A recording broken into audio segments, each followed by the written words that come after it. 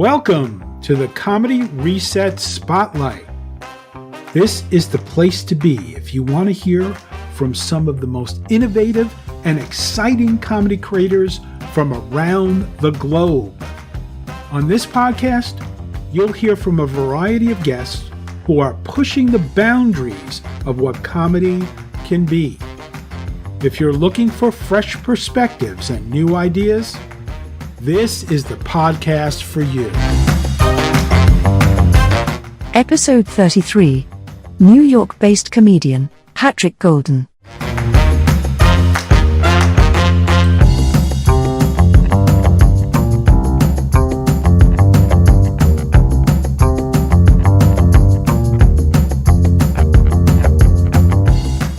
Can you walk us through the moment or series of events that made you realize you wanted to pursue stand-up comedy?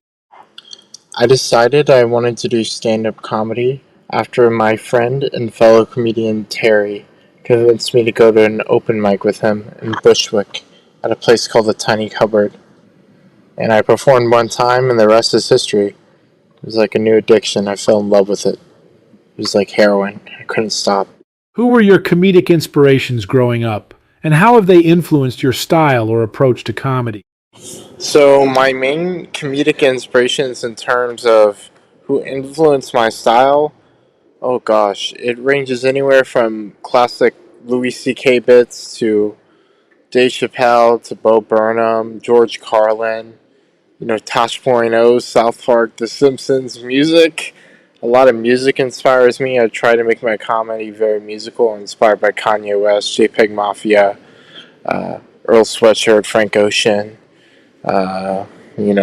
James Blake, Rick Rubin, The Alchemist. And I'm also inspired by the work and jobs I work. Like working at a flower shop or working as a gardener for rich people in New York City, or working at a frozen banana stand, or driving a peanut around America, or driving my bike from Texas to New York. All of these are comedic experiences that are full of insights and observations that have influenced my perception of the world and my style. Describe the very first time you stepped onto a stage to perform stand-up. What was going through your mind, and how did that experience shape your subsequent performances? The first time I ever did stand-up was at a cafe in Austin, Texas. I did it when I was a sophomore in college. It was like me and one other person were the only people that came to the mic, and I brought a friend to come see me. And I felt very raw, but very goofy. Even though it didn't seem like I knew what I was doing out there, it seemed like I was having fun and very in my element. And I think the person watching me felt that vibe coming from me. And even though I didn't know that at the time, that one performance when I was 19 would turn into so much more later down the line. Comedy is an evolving art form. How have you seen your own comedic style change and mature over the years? When I first started doing comedy, I was really into doing some like Andy Kaufman style crazy comedic performance art that was way extravagant, over the top, and quite frankly, when I look back on it, sometimes a bit annoying. I always have wanted to exemplify being yourself on stage, but I think I've learned how to tame myself and present it in a way that is more palatable to audiences, but also still allows me to get my freaky on and do some weird stuff, especially if it involves playing music from a JBL speaker or showing visuals on a PowerPoint or whatever. I'm finding a way to be myself but still be approachable. The dream. Can you share a particularly challenging gig or phase in your early career? And what lessons did you take away from it? So I host a show called the Random Ass Bar Show, and our past two installments have been at this pub in a very specific part of the Bronx called Throg's Neck. I'm originally from Houston, Texas. I have little in common with the people that are from Throg's Neck, nor do I really feel like I know how to showcase the broy style that will really succeed in a bar, but the cultural disconnect and my lack of experience, I think, made succeeding in that random-ass bar show environment to be like level 5 difficulty. I really had to go Super Saiyan in order to have a chance to get these people cackling. It was quite the experience. Shout out to McDermott's Pub in Throg's Neck for being a tough room. How do you handle the inevitable bombing on stage? And what strategies do you employ to bounce back? I'm very inspired by Norm Macdonald. He would always savor the bomb. I feel like bombing is just a part of the process, and if I can learn how to enjoy myself, I'm naturally going to succeed on stage. And especially if I can have fun bombing, that's when I know I'm invincible. Walk us through your process of creating a new joke or bit. Do you start with a premise, a punchline, or something else entirely? I tend to not write out jokes completely word for word or line for line. I more so keep a running list of notes on my phone when I'm inspired of certain topics or ways that I want bits to be shaped. And then I use open mics and performances as a way to kind of shape and chisel out, I guess, the true bit or the true way of expressing the certain comedic idea. Uh, I like to keep things pretty open. I like improvising a lot on stage, so while I'll have like kind of a loose skeleton and structure that I work off for a joke, I'm always open to that morphing in the moment, depending on the crowd's needs or my needs. How do you decide which topics are off limits for you, if any? And how do you navigate sensitive subjects in your comedy? In my opinion, nothing should be off limits in comedy besides not making people laugh. The goal is to make people laugh. If you can find a way to make people laugh through controversial topics, even though it's more difficult, then that's great. I think it just takes knowing your audience and knowing what is appropriate in a given moment. I don't believe in policing my speech, nor do I believe I really have to that much, because I feel like most of my material doesn't really attempt to even press those buttons. And even if so, I feel like there shouldn't be any restrictions on, especially comedic speech, because I feel like the people in power will always have the say of what is right or what is wrong. And power changes historically. And so I feel like we should provide as much freedom for our performers as possible. And then if the audience doesn't like what they have to say, then they won't buy tickets, so they don't make money. Share with us one of the most memorable moments you've had on stage, whether it was a surprising audience reaction, an unexpected event, or a personal breakthrough. Oh, this is usually my most memorable moment. So I did kind of like this protest set at Broadway Comedy Club for their Industry Room Showcase, which is basically like a six-person bringer show. I think bringer shows are kind of a scam. So I did this like piece of performance art where I did an impression of Kanye West on stage, where basically I showed up and changed the stage to my bedroom. Like I put a pillow and put a blanket on me, and kind of slept for the first 2 minutes of the performance, and then kind of woke up, brushed my teeth, put my deodorant on, put my clothes on. And during this time, while I was doing this kind of morning routine, there was a video on a laptop playing that was a 5-minute video of Kobe Bryant highlights. And I had music playing from a speaker. At first, it was the Donda intro to the Kanye Donda album, where it's like Donda, Donda, Donda, Donda. And then that transitions to the song 24 Hours. It's like 24 hours, 24 candles, which apparently Kanye wrote as an ode to Kobe Bryant. And apparently he walked around the place where Kobe Bryant's helicopter crashed to be inspired for what's right for the song. And yeah, pretty wild stuff. I mean, I ended up at the end of the performance, while the music was playing out, I was eating a bowl of Reese's Puffs with milk on the edge of the stage. It was like some true protest performance art, and some comics have said it's the best set they've ever seen in their lives, but not necessarily the most traditional set that Broadway Comedy Club is looking for. So it's a tough world out there. You got to do what you do.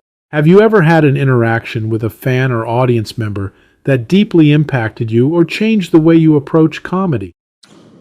Yeah, there was one time where I was performing at a saloon in Staten Island on like a Wednesday, and it was deep in the middle of Staten Island, and there was this crazy heckler that basically pulled up her chair and sat on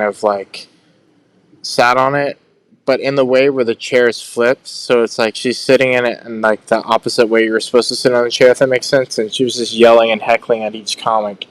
And I think I learned in this lesson how to handle hecklers and deal with some that was really obnoxious, but not demean them in such a way to start more drama. I feel like I was able to like diffuse the situation, make everybody laugh, assert my dominance, but also like still maintain connection with this person and ensure that they had a good time as well. And it was very humbling too, because like if I can survive that at a saloon in Staten Island, I can survive anywhere, comedically speaking, that is.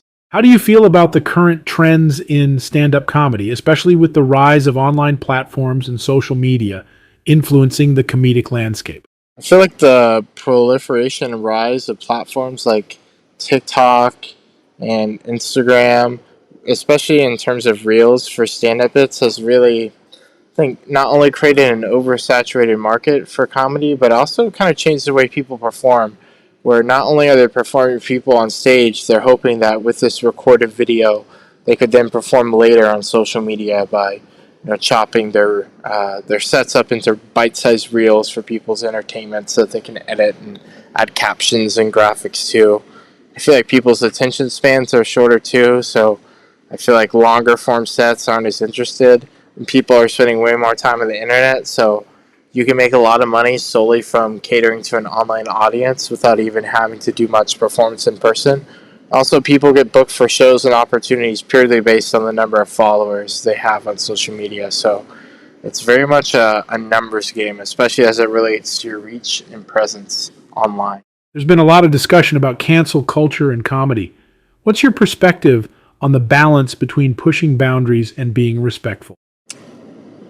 As I said earlier, I think cancel culture is something I'm not a fan of because whoever is in power politically is always going to be the one to draw the boundaries and lines between what is or isn't acceptable speech. And I just think the moment we start to draw more boundaries is the moment we reach a form of totalitarianism, even if that's based in liberalism or conservatism. And I think comics should always be a bastion of freedom in a society. And I feel like that involves like a level of allowing some really douchey or obnoxious comics to say some hateful things.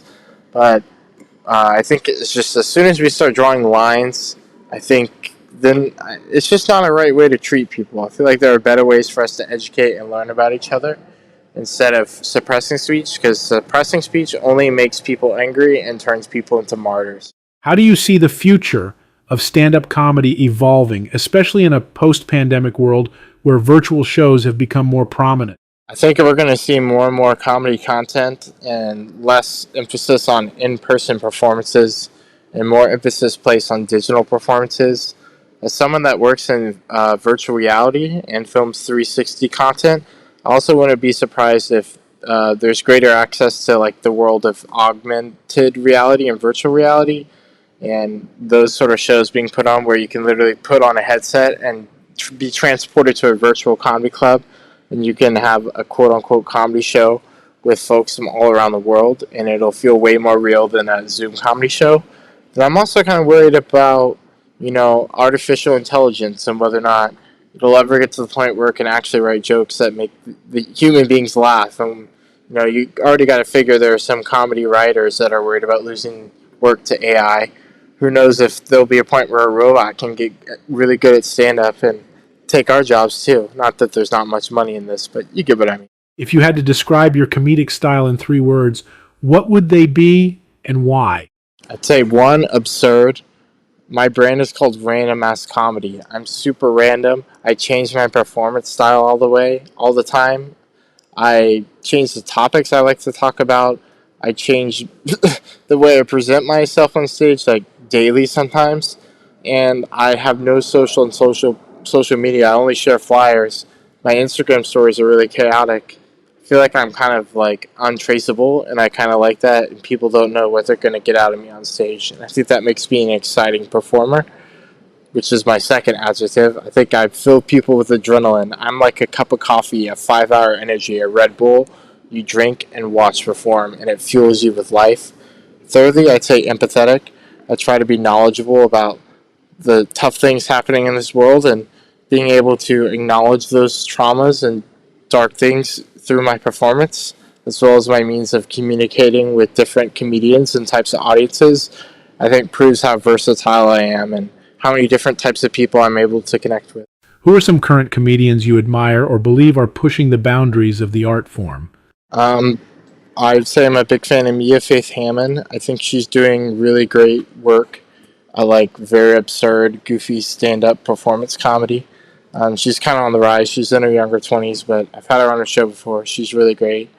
I would also say Matthew Silver, who is a street performer and clown, has performed in the New York City area for decades now. I think people are finally starting to catch on to how great of a performer and creative genius he is, and I think especially the younger generations are going to continue to desire more experimental and out there performers like him. And of course, Bo Burnham, I think his fusion of music and comedy is something that's really inspiring to me. It makes me want to find my own ways of being able to fuse the two art forms and create a unique product that gets people's attention and gets people thinking and laughing. Comedy often serves as a reflection of society. How do you incorporate your personal experiences and observations about the world into your sets? I think comedy can be like traveling in a sense that a good joke can carry so much history, culture, and knowledge included within the bit. Where I feel like a really good bit allows people to basically transport themselves into a different dimension and gain a new understanding of reality that they wouldn't have been able to create themselves. And I think stand-up is like a mirror to who we are, and you can talk about some really uncomfortable, taboo, or hard-to-explain topics that most people wouldn't find easy to talk about in normal, polite society. So it's kind of our job as the comics to open up Pandora's box and really get to the nitty-gritty of how absurd it is to be a monkey on this earth. For aspiring comedians listening to this podcast, what piece of advice would you give them that you wish someone had given you when you were starting out? I'd say don't just get your reps in, get your reps in at different kinds of places. Learn how to make different crowds laugh at different times of the day in front of different sized audiences. I feel like the more you can learn how to adapt to diverse rooms, that will only serve you well in the future as a comic, especially if you're someone that hopes to tour one day and find a way to make people laugh that come from a completely different life and part of the country or world. Finally, what's next for you in your comedic journey? And where can our listeners catch your next performance? I hope to keep touring. I feel like I originally started off just doing open mics in New York City, but now I'm doing 2 to 3 shows a week in the tri-state area. So that's spots in Long Island, upstate New York, New Jersey, as well as the 5 boroughs. I'm talking the 5 boroughs: Brooklyn, Queens, Manhattan, the Bronx, Staten Island. I'm performing at all of them. So I hope to continue my range of destinations that I'll tell jokes at and hopefully make more money from it.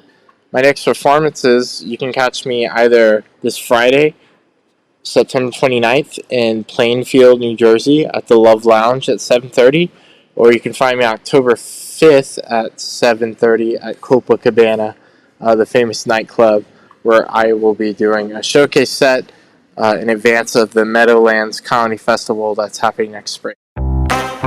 I've been your host, Rob Chaffee. Don't forget to laugh today. It's good for you. Comedy Reset Spotlight is a podcast that brings you today's freshest and funniest comedy creators. If you like what you heard, please subscribe to hear more.